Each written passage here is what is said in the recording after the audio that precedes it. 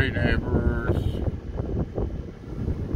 A lot of wind out here right now, which is a good thing because it's also like close to 100 degrees out here.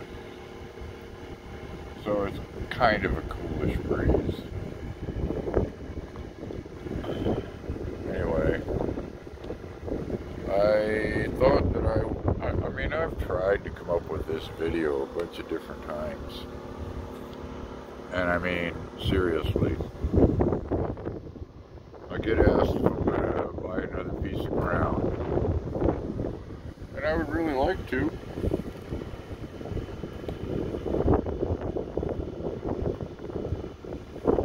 Problem is, I'm a poor guy who lives on Social Security. And that's barely. And I get asked what happened with the property. This is the hard part of this whole story. And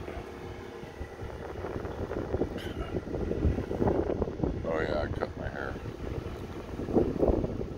It is what it is.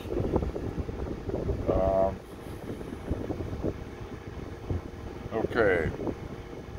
I went to sell the property, and I'd paid cash for my trailer that I raised the kids in. I paid the property off 14 months early.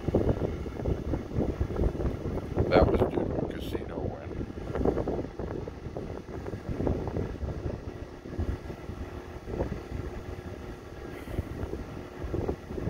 So as I'm going to sell the property, they start going through everything, you know, like they do, title search, etc. Turns out, I had a piece of paper from a title company that said, "Congratulations, your property is closed, your trailer is closed." There's two things, the property and the trailer. Your trailer is closed. We'll send you the paperwork when we get it all done. I was in the middle of raising my kids and building a place with the trailer, you know, doing the modifications I needed to do to it, plus working on the property and building gardens and fencing stuff and doing things. So I forgot all about it, you know, great, you know, it's done, that's all I needed to know. I was paying my taxes to the county, property taxes and all that other stuff. Just moseying along. 20 years later, come to find out, according to the state of California, my trailer had been demolished and it was still owned by some woman.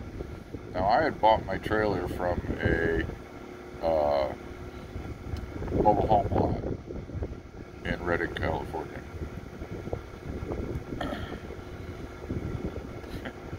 Had the bill of sale, still have it. Had the paper from the title company, still have it. Title company says, "Huh? We don't know. It was 20 years ago. We destroy all our stuff after about 7 years." The state says, "Oh yeah, that's another thing. Since it's personal property, technically, I was supposed to be relicensing both halves of the trailer every year. Never did. In 20 years, never did. Because apparently I was living in a destroyed trailer." So, that went down. That was a royal pain in my rear end.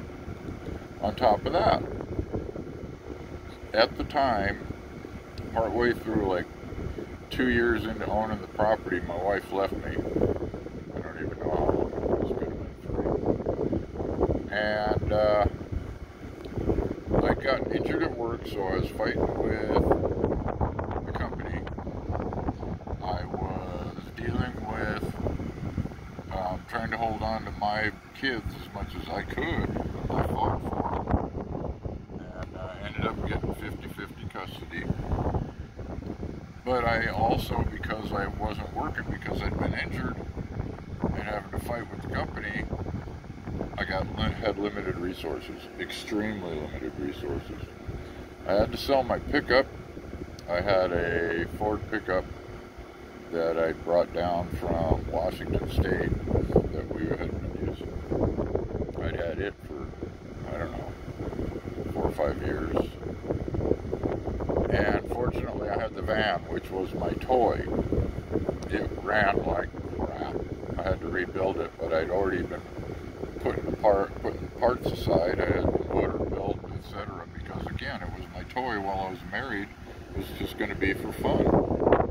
Well, it turned out to be my daily driver, and hence the rest of that story, you know. So, I went to the state to get food stamps and help. I got 3 kids. I learned where all the food giveaways were. I went to every food giveaway during the month, so I had food for the kids. And the state put a lien on my property until, because I told them I'm working on getting Social Security. Okay, well, if you get Social Security, then the lien will come off. I did. They never took the lien off. I had to put $1,000 bond down to make sure that all got squared away. No, that was something different. That was a different one. The state went to their paperwork and they said, oh shoot, here, boom, boom, boom, it was done. The other one was the property that I bought.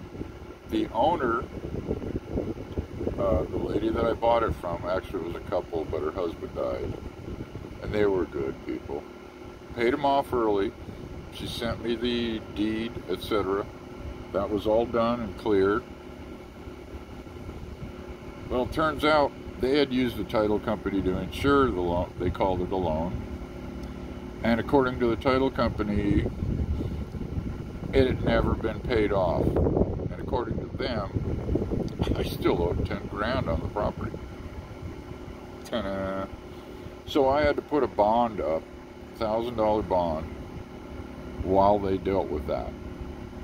And I had been wanting out of the property so much, I hated it. My girlfriend had died on it, you know, I mean, died there and at work, and the depression was huge. So, yeah, so I had to settle. The people said, well, we'll give you this much, and that was like $25 less than I was asking. And I was at the stage in my existence and my everything where I just said, okay.